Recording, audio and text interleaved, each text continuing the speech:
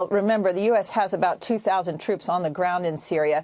It's clear the Pentagon would like to not get drawn into this. Last night, I reached a senior U.S. defense official after the strike began to ask if the U.S. military was being asked to help Israel, and was told there had been no request for support or any political decision made as of yet about the U.S. military getting further involved. The White House just released the following statement. Quote, the United States condemns the Iranian regime's provocative rocket attacks from Syria against Israeli citizens, and we strongly support Israel's right to act in self-defense. Iran's Islamic Revolutionary Guard Corps, IRGC, bears full responsibility for the consequences of its reckless actions, and we call on the IRGC and its militant proxies, including Hezbollah, to take no further provocative steps.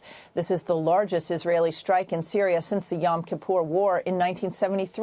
Russia said Israel used 28 warplanes, F-15 and F-16 fighter jets, to fire 60 air-to-surface missiles and 10 surface-to-surface missiles. The raid lasted 2 hours and targeted dozens of sites where Iranian advisors are based in Syria after Iran fired 20-plus rockets into the Golan Heights. Some of the Iranian missiles managed to break through Israel's missile defense known as the Iron Dome, according to a U.S. congressman who chairs the Homeland Security Committee and sits on the House Foreign Affairs Committee.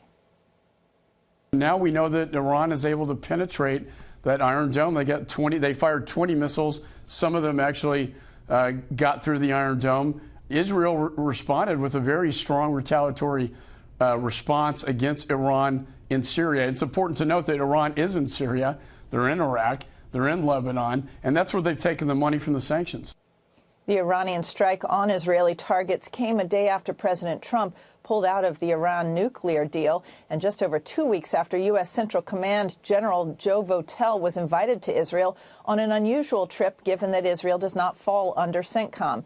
Syria, however, does. Israel has been telegraphing for months that it would not stand by and allow Iranian infrastructure to grow unchecked in neighboring Syria. In the past 7 years, Julie, Israel has carried out more than 100 airstrikes in Syria since the civil war began, but last night's was by far the largest strike.